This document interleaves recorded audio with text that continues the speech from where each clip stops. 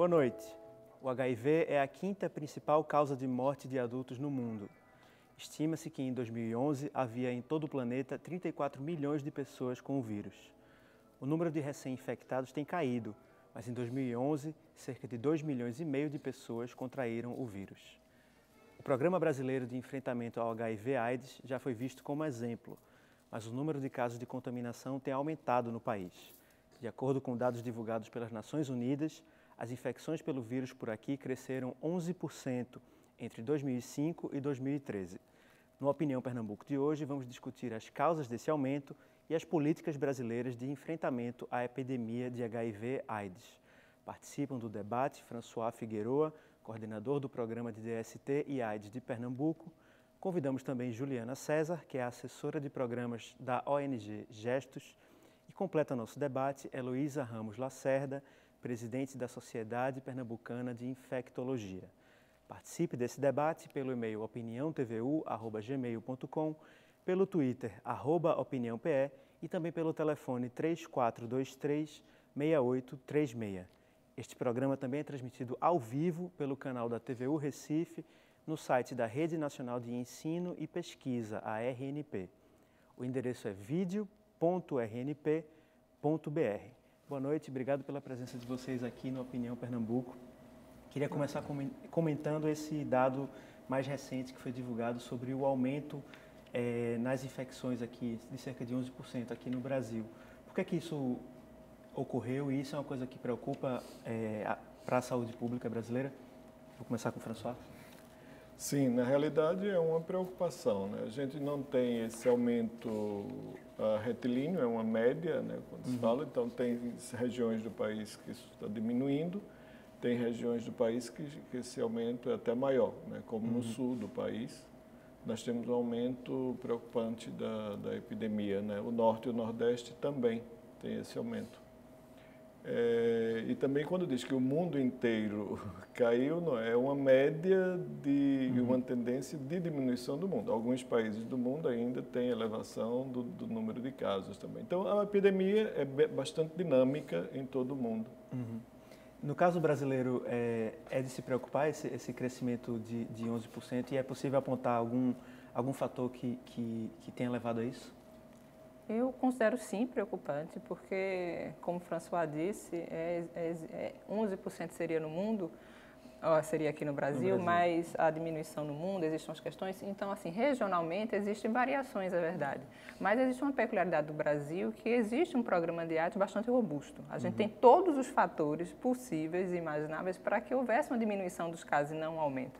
Né? A gente tem um serviço universalizado de saúde, a gente tem o SUS, a gente tem a garantia da medicação para quem necessitar dela, o tratamento é de graça, a testagem é gratuita. Então, a gente tem vários fatores que em outros lugares do mundo não existem. Então, em outros lugares do mundo em que a gente não tenha um programa desses, é compreensível que exista um aumento. No Brasil... Seria, no caso, países mais pobres, países onde esse acesso não é universalizado como o Brasil? Sim, seriam países que não têm essa estrutura de saúde ou que deixaram de investir nela. E aí é que a gente pode ver, então, no Brasil, tentar explicar isso. Existe uma parte desse aumento que poderia ser também, porque se busca mais a testagem, então mais pessoas são testadas, então se identifica mais pessoas vivendo com HIV. Se não houvesse a testagem, essas pessoas estariam existindo, mas não estariam nas cifras estatísticas. Mas, da parte do movimento AIDS, a gente também atribui isso a uma falta do investimento que antes havia na prevenção. Busca-se muito testar e depois o tratar, mas as campanhas de prevenção, que antes eram bastante intensas, e o Brasil se destacava por isso, inclusive no cenário mundial, elas não têm mais a mesma força, o mesmo destaque, ou a mesma, digamos, prevalência dentro da estratégia de saúde com relação ao HIV. É assim que os infectologistas veem também esse problema? A gente vê da mesma forma. Quando você testa e trata, você já está numa fase em que a infecção ocorreu. Né? Então, na verdade, você está identificando pessoas que vão precisar um cuidado, etc. Mas o dano já aconteceu. Então, é muito importante que se possa trabalhar antes para que isso não aconteça. Né? E o o que se vê assim que as pessoas mais vulneráveis, que no passado eram mais vulneráveis, estão se tornando novamente vulneráveis, né? São grupos onde isso tem crescido mais. Então, é algo como se a gente tivesse perdido um elo em que a gente já tivesse obtido antes, uma redução nos grupos mais vulneráveis, e agora a gente volta a ver esse crescimento, tá? Então, realmente, testar e tratar é muito importante. Por exemplo, como médica é o que eu mais faço, mas na verdade isso é o fim da linha, né? Isso é o momento em que você já deixou passar várias oportunidades de prevenir um problema que é sério. Não dá para dizer que a gente só tenha perdas, a gente tem ganhos. Por exemplo, a transmissão vertical, né, que é a transmissão de mãe para filho. Então, o Brasil tem tido uma política muito incisiva, de prevenção muito intensa, não é? Fazendo todas as gestantes serem testadas, usando os COAs, né, que é aqueles centros de testagens de HIV, para fazer os testes. No começo isso foi muito questionado pelas pessoas que vinham perguntar, mas eu tenho que fazer o teste de HIV, minha esposa e tal, nós somos monogâmicos. E isso tudo tem sido feito assim, de uma forma bastante rigorosa. A gestante testa também na maternidade. Se tiver problema, ela começa o AZT. Então, é feita uma coisa muito intensiva e a gente tem tido uma redução significativa, em torno de 20%, 24%. Então, quer dizer, são coisas factíveis.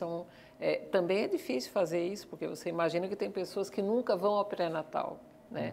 Às vezes vão uma vez e vão para serviços muito simples. Então, demanda um esforço muito grande, mas esse esforço tem gerado assim, um resultado muito bom. Então, em termos de recém-nascidos com HIV, a gente tem tido uma redução.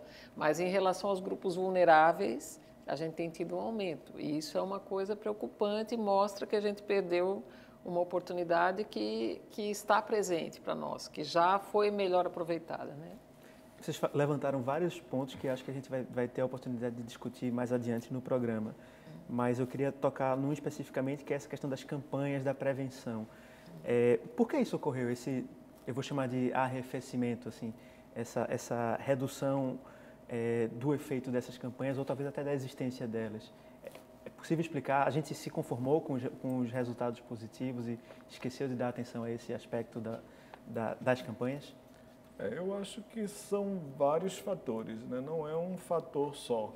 Eu acho que até esse acostumar-se, assim, também que achava-se que tem também, com a relação dos grupos mais vulneráveis, é preciso que, como eu disse, a epidemia é bastante dinâmica, então precisa que sejam campanhas específicas, falando numa linguagem específica, direcionada para aquele público.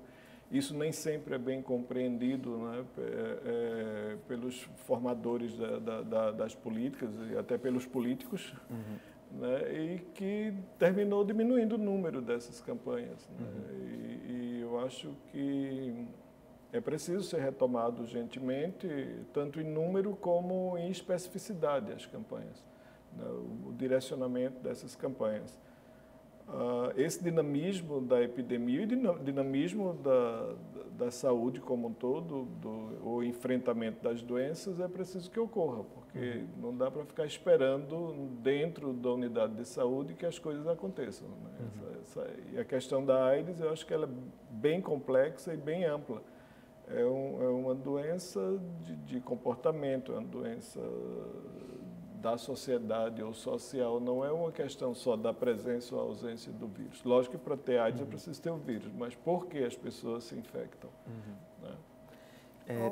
Eu acho que é importante lembrar também da questão da interferência de grupos conservadores, grupos religiosos, digamos, na vedação, da veiculação de campanhas da AIDS, principalmente que a gente teve os exemplos agora do governo federal mais recentes. A gente tem 2, 3 anos que a gente não tem campanha de HIV, depois ela está formada.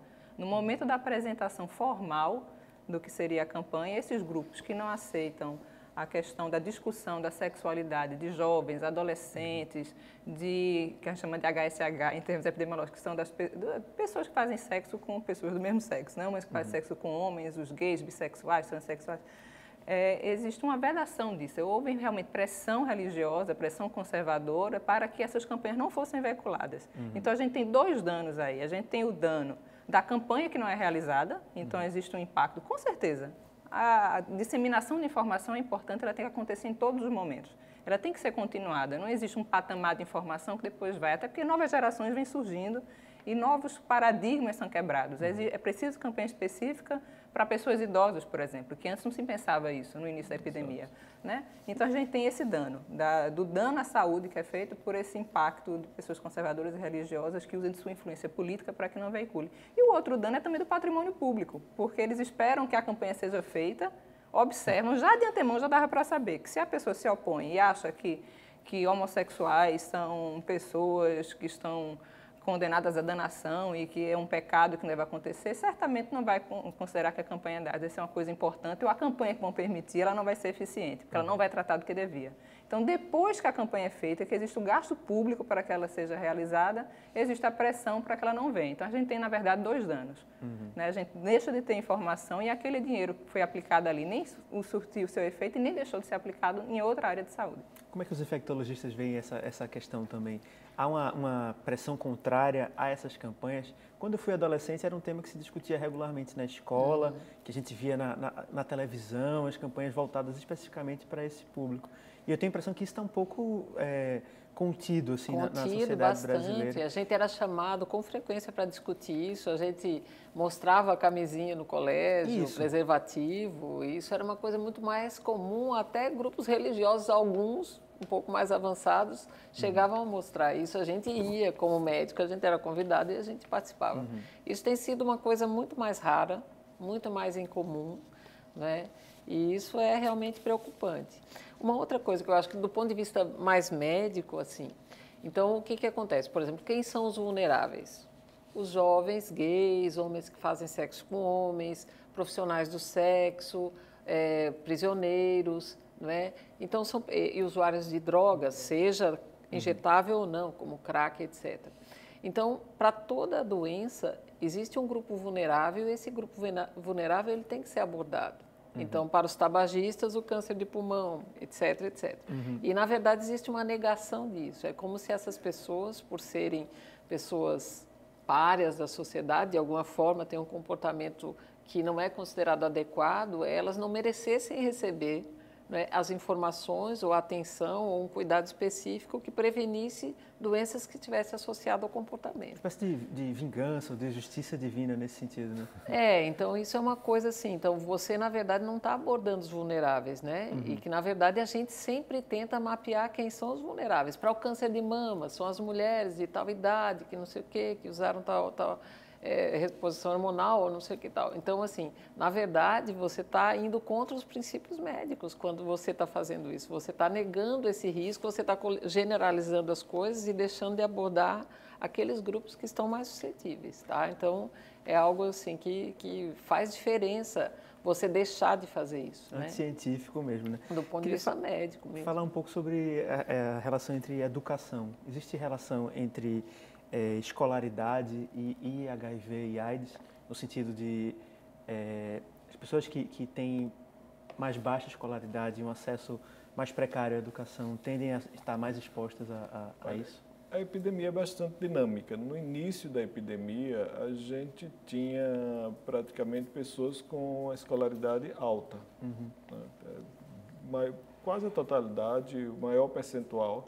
Isso depois, com a dinâmica da epidemia e o espalhamento da epidemia, ela começa a aumentar o número de casos em pessoas com mais baixa escolaridade. E agora a gente volta a perceber um aumento de número de casos em pessoas com também maior número de anos de escolaridade. Então, é bastante dinâmica a epidemia. E é preciso estar estudando isso bem rapidamente e que tenha intervenções rápidas. Não dá para esperar muito. A gente tem que fazer essa intervenção específica, direcionada, falando com linguagem clara e discutindo sexualidade, porque o HIV, o maior meio de transmissão do HIV é uma relação sexual desprotegida, sem camisinha.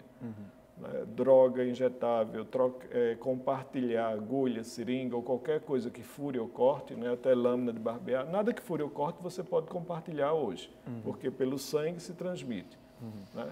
Mas fica a relação sexual, que é onde as pessoas, né, até começam o relacionamento usando camisinha, mas depois esquecem a camisinha, ou por se conhecer bastante, ou por confiar um no outro, retiram a camisinha. E essa infecção também, como é silenciosa, né, a infecção pelo HIV pode durar anos sem causar nada, sem dar nenhum sintoma, então a pessoa não é olhando para uma pessoa que você sabe se tem ou se não tem HIV. E daí fica mais fácil a transmissão, né? Então, é preciso discutir sexualidade, né? Tem que levar isso para dentro de casa. A gente acha que o filho da gente não vai transar, principalmente a filha, não vai transar nunca, né? Mas ela vai. Né? E também nas escolas, que as pessoas acham que, né, a garotada não vai transar e é preciso saber como transar, sem correr riscos. Queria falar, a doutora falou um pouco sobre os grupos que são mais vulneráveis. Queria falar especificamente sobre que grupos seriam esses e por que motivo eles estão mais expostos. Não sei se a Juliana pode ajudar a gente nessa definição. Veja, a UNAIDS, né, que é um órgão internacional, ela colocou os mais vulneráveis, e o Brasil tem essa epidemia concentrada, né, que é uma epidemia que é mais concentrada no grupo dos vulneráveis. Tá? Para cada país existem diferenças, mas existe uma concentração um pouco maior.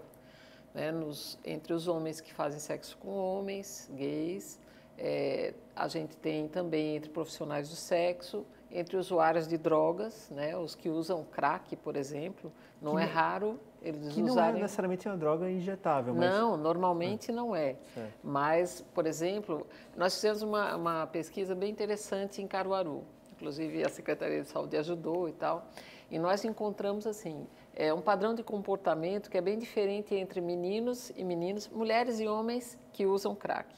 Os homens tendem à criminalidade, então eles já foram presos várias vezes. E as moças tendem a vender o corpo para conseguir a droga. Então a gente teve uma prevalência de infecção pelo HIV maior entre as mulheres e de sífilis também, que chegou a quase 20% das moças tinham exames positivos para sífilis.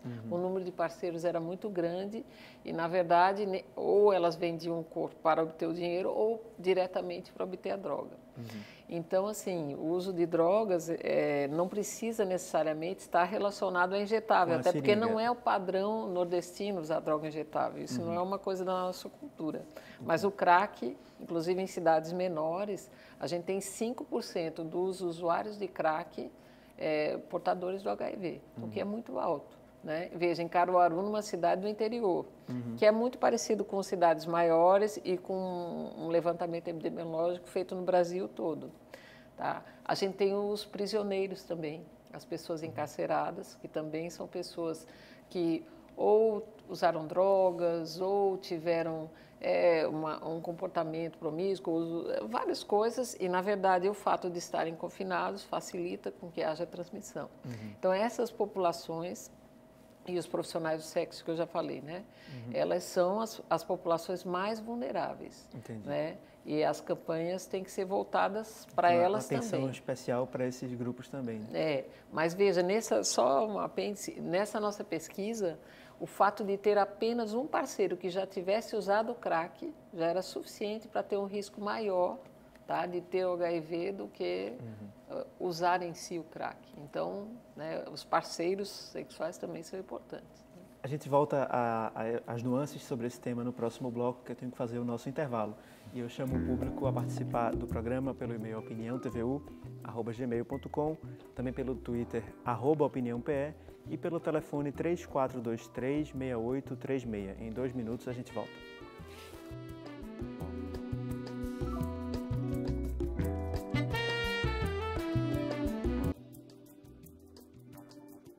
Volta com a Opinião Pernambuco. O tema de hoje é HIV e AIDS.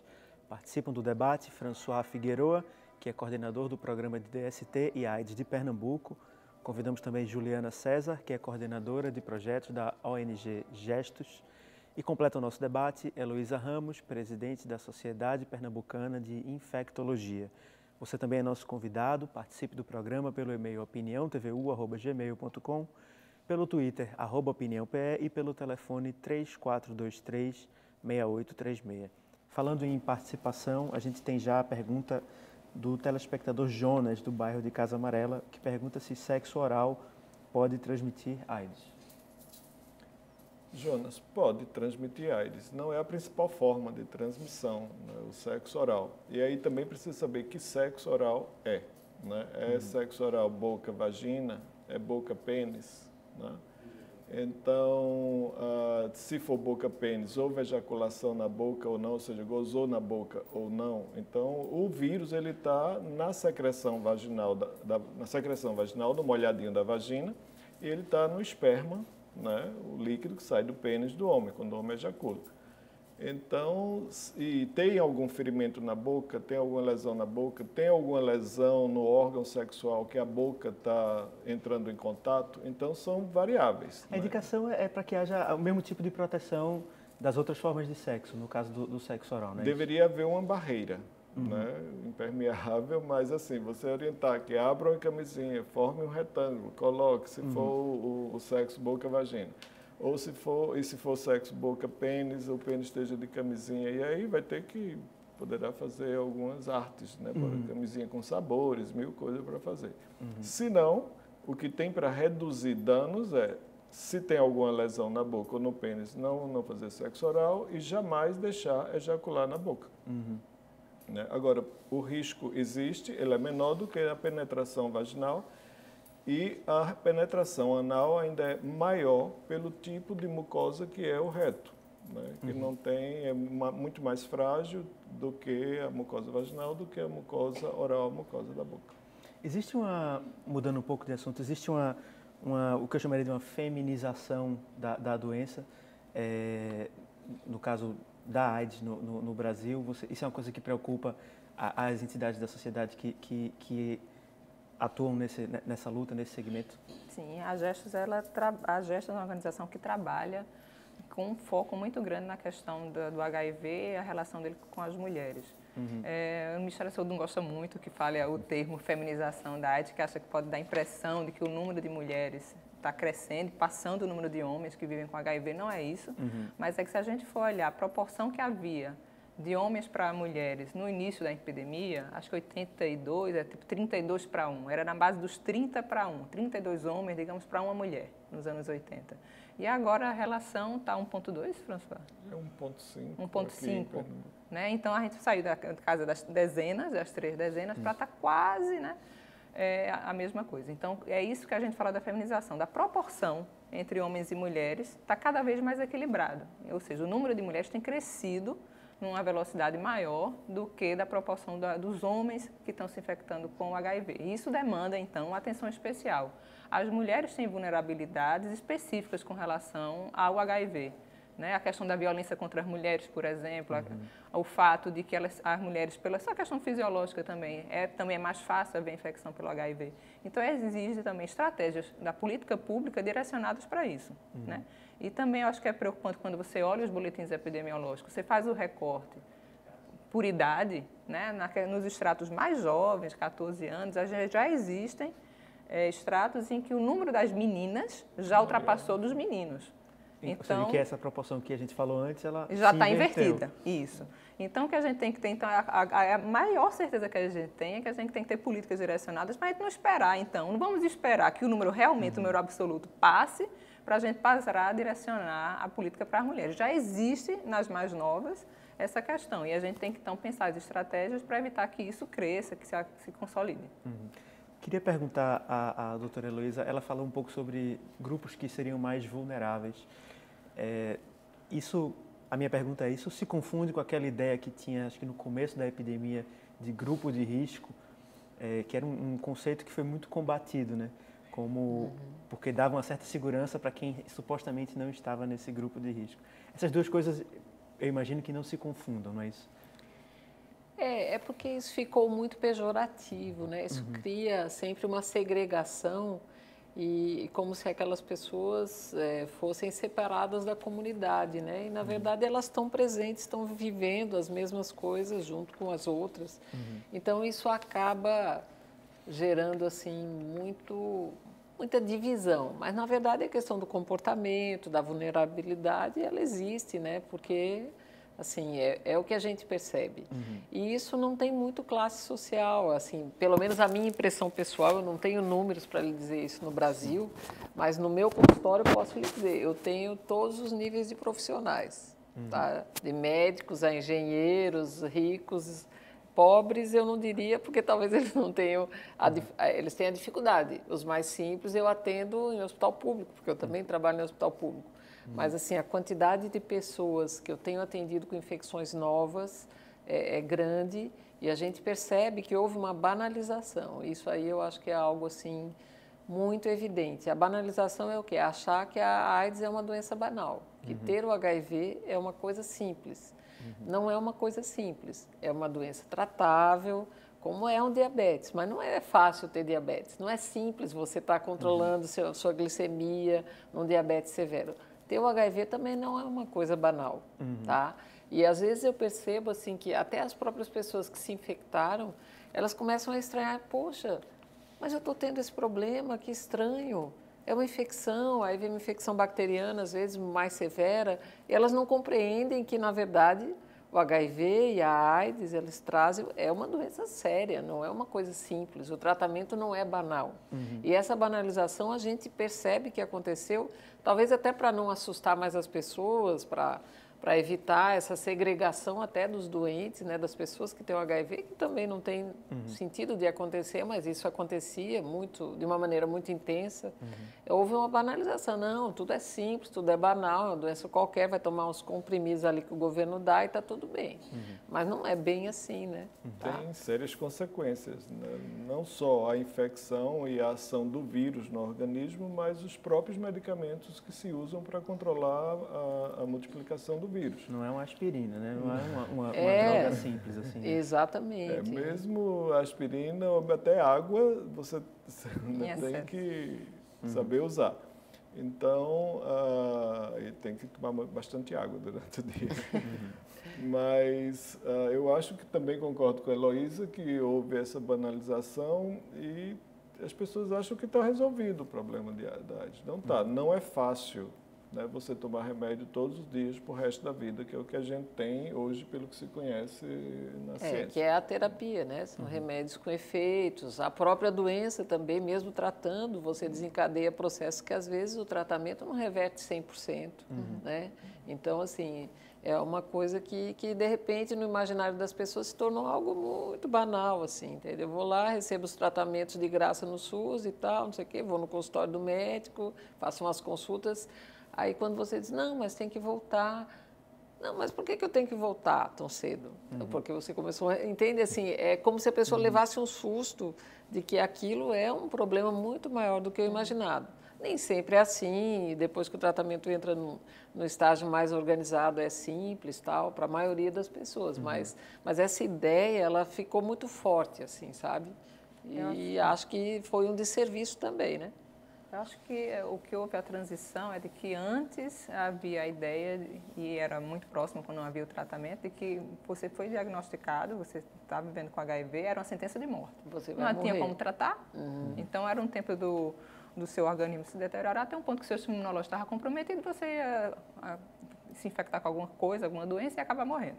Isso não acontece mais.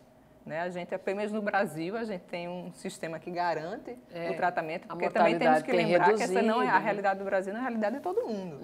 Né? É um privilégio a gente poder ter a garantia do direito à saúde e do direito a receber o medicamento. Então, você tem o tratamento e aí a qualidade de vida das pessoas, certamente, ela hoje é muito mais administrável, embora ela ainda necessite de alguns requisitos. Você tem que se adaptar à medicação e aí existem algumas opções que aí o médico que for lhe tratar, a médica que for lhe tratar vai poder, então, procurar aquela que vai ser menos danosa a você para ter menos efeitos colaterais, mas os efeitos colaterais existem restrições de alimentação, de consumo de álcool, de algumas outras coisas. A questão do descanso, de você poder ter tempo de repouso, da boa alimentação, e tudo isso demanda. Que aí eu acho que isso casa com a pergunta que você fez, a relação da classe social, de escolaridade, tudo isso, né? A gente também verifica uma coisa, até pelo próprio trabalho das Gestos. É claro que as pessoas que vão buscar a instituição são pessoas com um poder aquisitivo menor, geralmente escolaridade menor, elas são uma situação de vulnerabilidade maior. Mas o que a gente pode afirmar, eu acho com uma certa tranquilidade, é quanto melhor o seu poder aquisitivo, sua escolaridade, sua renda, melhor vai ser sua reação também à vivência com HIV do ponto de vista fisiológico, porque você vai ter todas as condições, você vai ter acesso à medicação, vai poder ter uma boa alimentação, vai poder ter o descanso mental, ter lazer, ter tudo isso que vai colaborar para o tratamento. Enquanto existe, com a questão do estigma e discriminação, até você pode ter também um pouco mais de blindagem com relação a isso, porque a questão de classe no Brasil lhe permite várias coisas. E para a população mais pobre, a população mais carente, dos grupos vulneráveis, que aí entra a população LGBT, transexuais, travestis, usuários de drogas, não existe isso. Então, o impacto do HIV, da vivência com HIV, vai ser maior. E aí tem a questão do uso da medicação, da aderência ao tratamento, que acho que é uma questão que a gente podia conversar aqui, também é difícil, das repercussões no corpo, da repercussão social disso. Muita gente que ainda perde emprego pela questão do HIV, de maneira mascarada, ilegal, mas perde. É ilegal e é muito comum, então, achar uma outra desculpa, um outro momento para ver a demissão. Mas acontece, todo dia chega alguém na GEST que sofreu discriminação no trabalho, ou que já perdeu o emprego por causa disso e que isso foi mascarado com outro tipo de desculpa, de outro tipo de motivação para a dispensa do funcionário. E isso, então, é um impacto. Se eu não tenho dinheiro, por exemplo, para a passagem do ônibus para ir à saúde, na minha consulta, que é gratuita, mas eu não tenho dinheiro para isso, existe uma grande parcela da população que não tem esse recurso, eu não vou fazer a minha consulta com o infectologista, eu não vou conseguir buscar meu medicamento, isso vai ter impacto no meu tratamento. Então, isso é algo que tem que ser abordado. Tem a pergunta de uma pessoa que não se identifica, lá de Jaboatão, que diz: sou HIV positivo e meu exame está dando indetectado. Não sei se isso é uma terminologia que vocês usam especificamente. Aí ele pergunta: por isso, posso reduzir a quantidade de medicamentos que tomo? Não. Não, né? Não.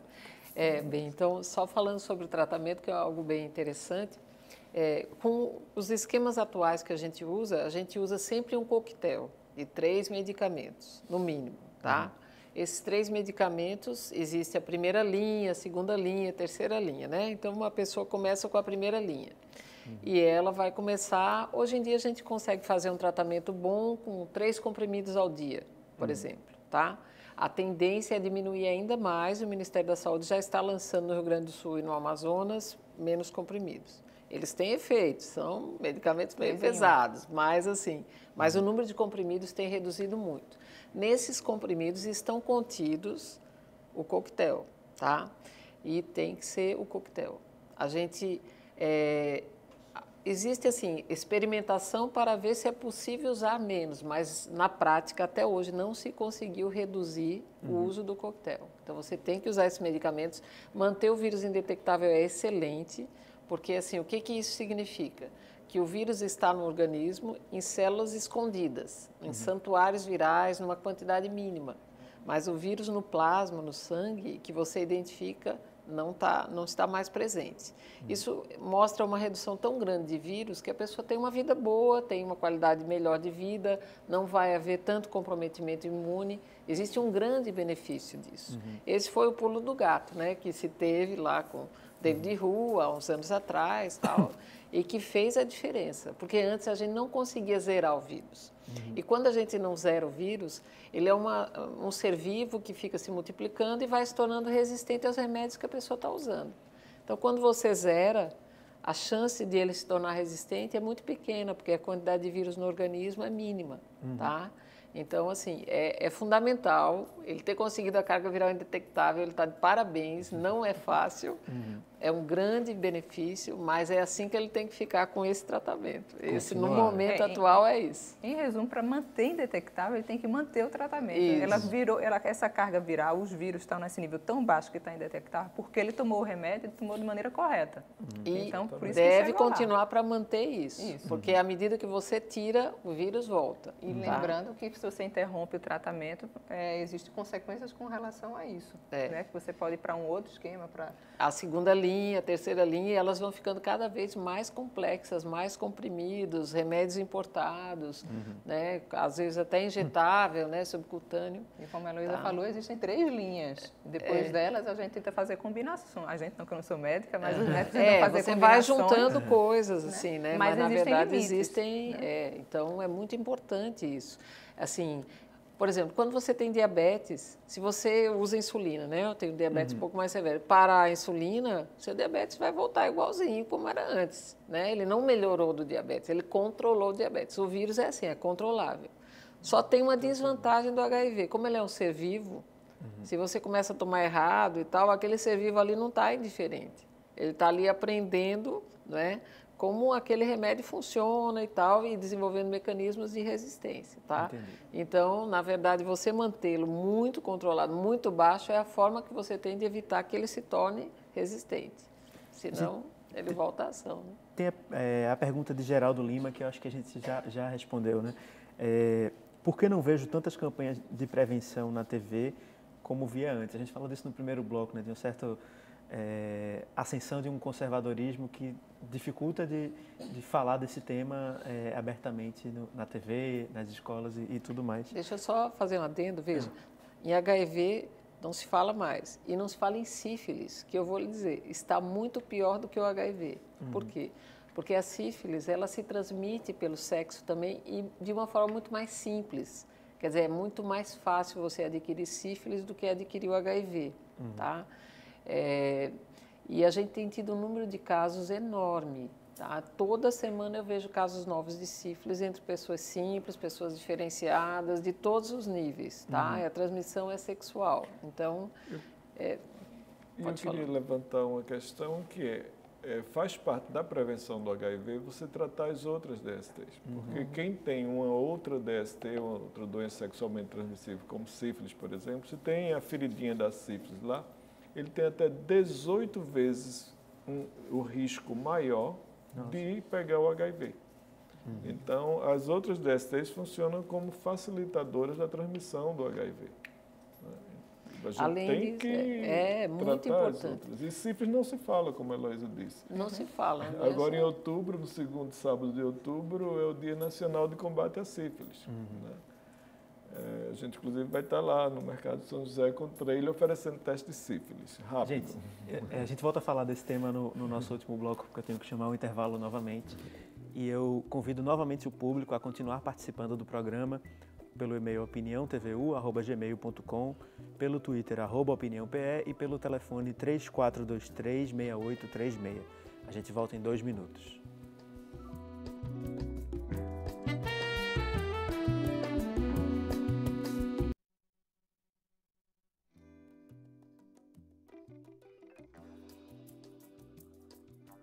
Voltamos com a Opinião Pernambuco. Nosso tema de hoje é HIV e AIDS.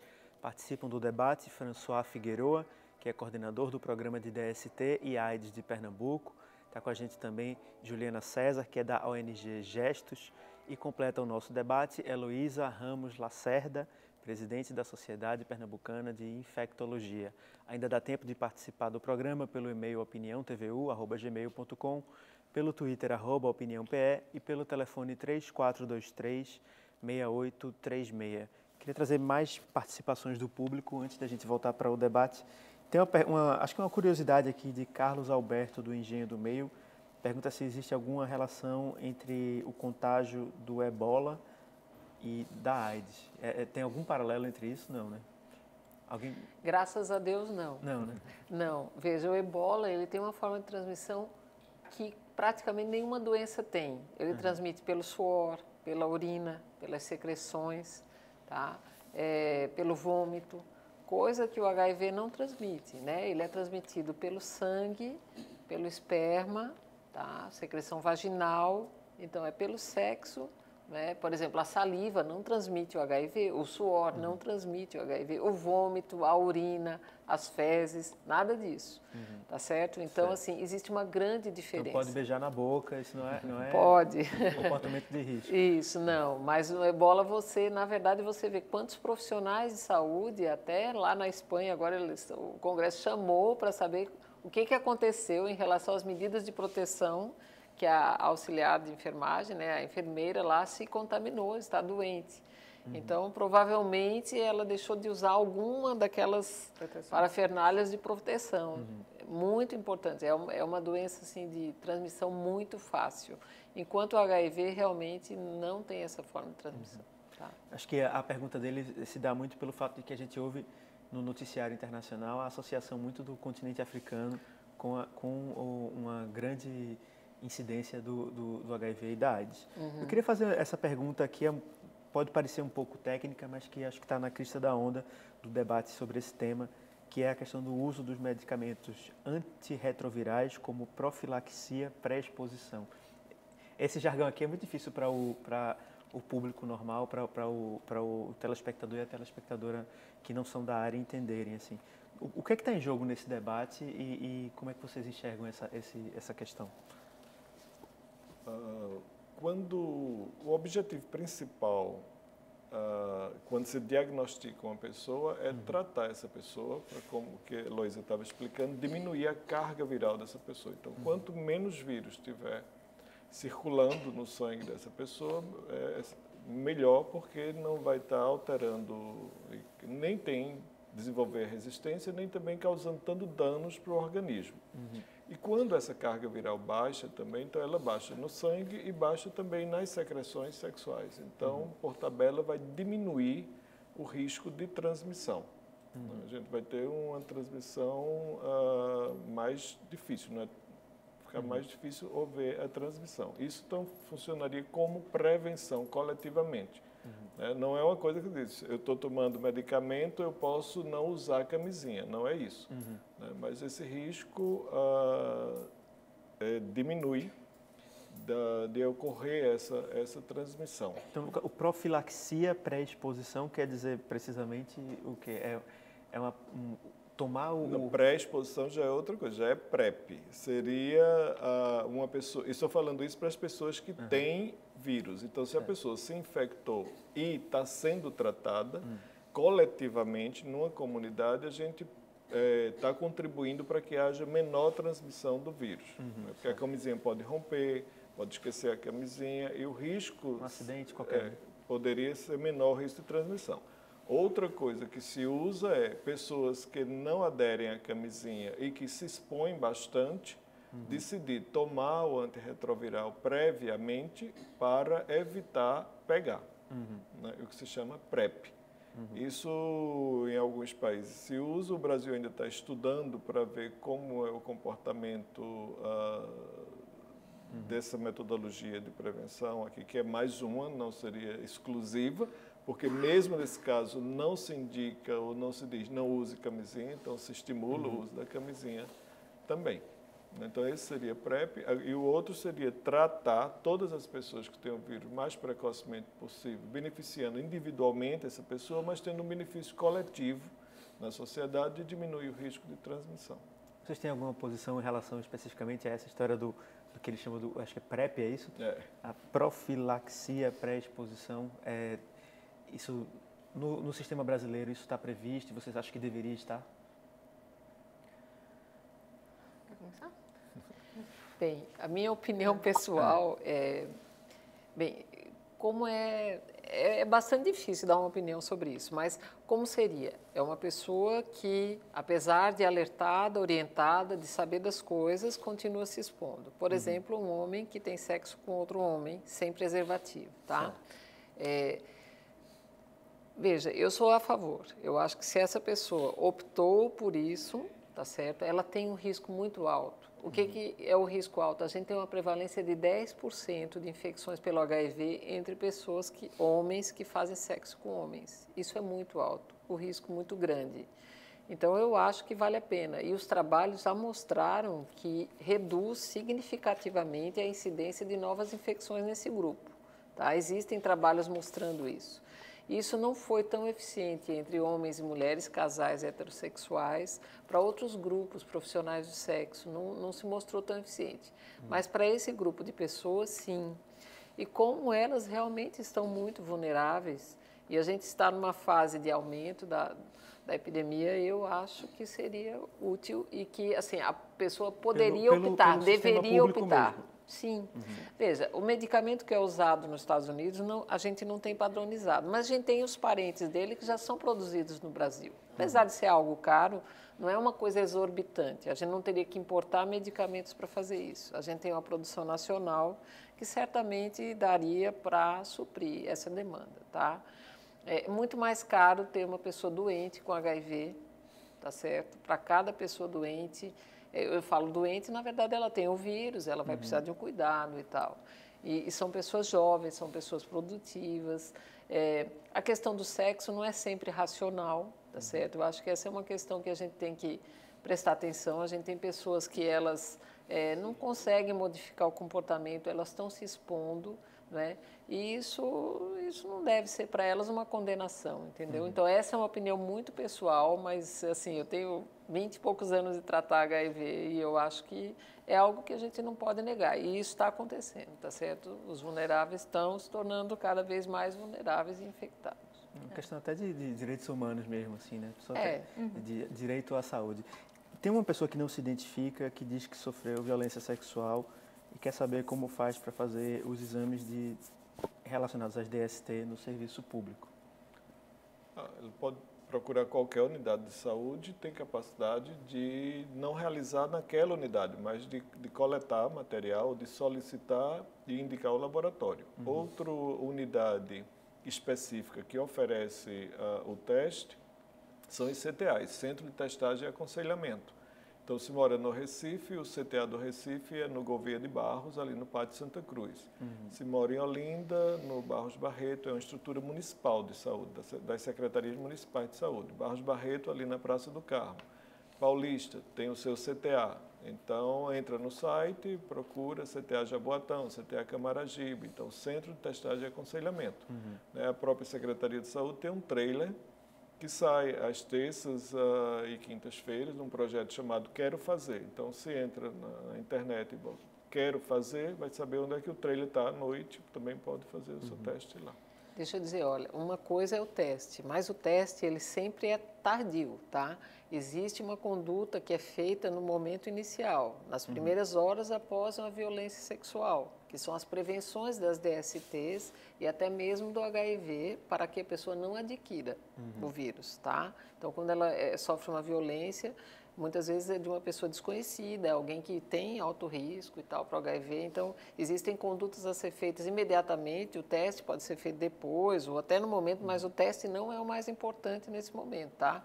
O mais importante são as condutas para evitar que a pessoa se infecte com doenças variadas, que engravide, né, e que também possa adquirir o HIV. Nesse caso, é procurar também um posto de saúde a rede pública está apta a dar essa orientação. Tá, a unidade básica ela vai só orientar, mas se procura uma UPA ou procura uma unidade mais complexa ou o SAI, né? Cada município desse também tem um SAI, um serviço de assistência especializada, né? Se a mulher sempre está levando vantagem, né? Porque, por exemplo, a mulher nas maternidades, a maioria das maternidades, das grandes maternidades do Recife, de Jaboatão, de Olinda, já oferecem esse, que chama PEP, que é profilaxia pós-exposição.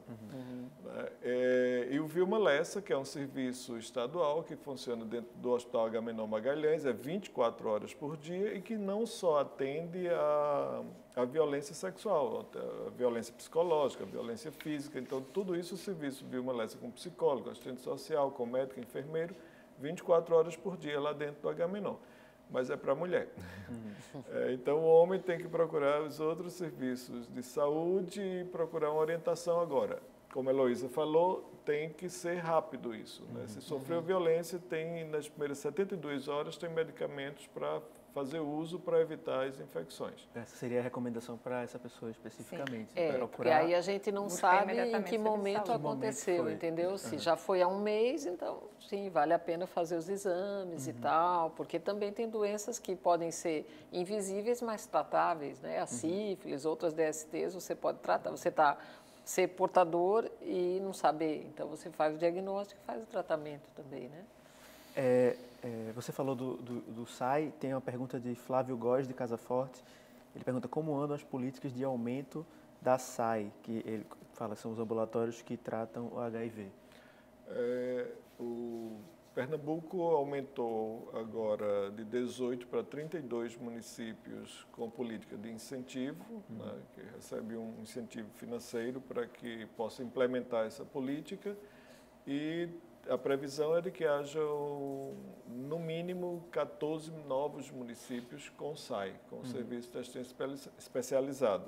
Novos SAIs. E fora isso, ainda tem outras instituições que a Secretaria de Saúde do Estado está tentando pactuar para a ampliação desse número de serviços. João Cunha, da Imbiribeira, eu acho que ele dirige a pergunta especificamente para você. O que acha do diagnóstico e tratamento imediato? Quais são as vantagens e desvantagens? Já tem pouquinho tempo, mas se você puder dar uma opinião sobre isso. O diagnóstico, quanto mais cedo, melhor. Então, por isso que o teste rápido está aí, que a gente está descentralizando para as unidades básicas de saúde. E o tratamento precoce também é benéfico. Lógico, tem que ser negociado, tem que ser visto, a pessoa tem que estar preparado para passar a tomar medicamento, porque uma vez iniciado, ele não pode parar de tomar o medicamento, mas que traz os seus benefícios individuais, como também aqueles benefícios coletivos. O programa está acabando. Eu queria perguntar aos três, né, sobre se é possível a gente pensar num futuro não muito distante, no fim da epidemia de HIV e AIDS. Falar disso pode parecer uma coisa meio utópica, meio distante, mas a ONU fala, né, assim, que é possível acabar com a epidemia. E queria ouvi-los sobre essa possibilidade. E eu sei que a gente não tem muito tempo, mas o que é que seria prioridade no mundo e no Brasil para a gente caminhar nesse sentido? Quem gostaria de arriscar uma fala nesse sentido? O NAIDS, ele lança um desafio que é até bem impetuoso. O objetivo é 2030, né? Que é amanhã, praticamente, em termos de políticas públicas. Talvez seja meio otimista e eu vou trabalhar para que essa previsão otimista se concretize, mas depende basicamente de compromisso político e de investimento. Investimento de tudo, investimento de recursos humanos, investimento financeiro, investimento das pessoas, de compromisso que vá além de uma gestão de um governo, que supere dificuldades, que supere essa virada cada vez mais assustadora do conservadorismo que a gente tem nesse país, e isso tem que se estender globalmente. Porque o HIV é possível de ser evitado, é possível de ser controlado e a gente já sabe como enfrentar, né? As tecnologias vão avançando para a gente ter mais recursos, né, do ponto de vista da medicina, do ponto de vista social, de como é que a gente vai fazer isso. Mas existe uma necessidade, um compromisso da sociedade que tem que ter um rebatimento a partir dos governos. Então, sem um verdadeiro compromisso político, sem a destinação de recursos para isso, a gente não vai chegar. Então, é uma questão da sociedade se conscientizar, saber que o HIV é algo que é possível de se prevenir, que não deve se deixar de lado, que se você se infectar, não é uma sentença de morte como antes, mas é bom prevenir. E que é fácil de fazer isso, que é uma prática que pode ser incorporada nas nossas vidas, que é possível falhar. E aí a gente já tem tecnologia para isso, que é essa PEP, que é de você se prevenir mesmo tendo a exposição, você não se infectar, mas principalmente disso. Existe recurso, o dinheiro sai, a gente sabe onde está, existe e precisa ser destinado para as políticas de HIV e isso tem que acontecer de maneira global. Se isso acontecer, eu tenho certeza que a gente chega. Doutora Luísa, eu tenho um minutinho só, mas por favor. Não, só vou dar um exemplo, assim, por que eu acredito nisso. Veja, quando eu me formei em 85, a gente tinha 2 antivirais. A gente não tinha medicamentos, a gente não sabia o que era vírus. Hoje em dia a gente tem, sei lá, mais de 30 antivirais contra o HIV. A gente usa até para tratar hepatite C, etc. A gente conhece a genética do vírus, a gente faz testes de resistência. A gente consegue manter 80% das pessoas indetectáveis depois de 1 ano de tratamento e por muito tempo. Coisas que a gente nem imaginava que ia conseguir há 20 anos atrás, tá? E isso, na maioria das doenças, a gente nunca chegou lá tão rápido. Então, eu acho que a gente tem como conseguir, desde que haja maciçamente um investimento nisso. E eu acho que humano, né, social e financeiro também. Então, eu acho que a gente vai chegar lá. Essa somação, e aí investindo muito na questão social, na questão de direitos humanos, inclusive, porque se a gente não discute sexualidade, se a gente não discute gênero, se a gente não discute educação, né, se não melhora tudo isso, não vai evitar novas infecções. Então... Gente, nosso tempo acabou. Muito obrigado pela participação de vocês. Obrigado por assistir. Muito obrigado por participar também do Opinião Pernambuco. Boa noite e até o próximo programa.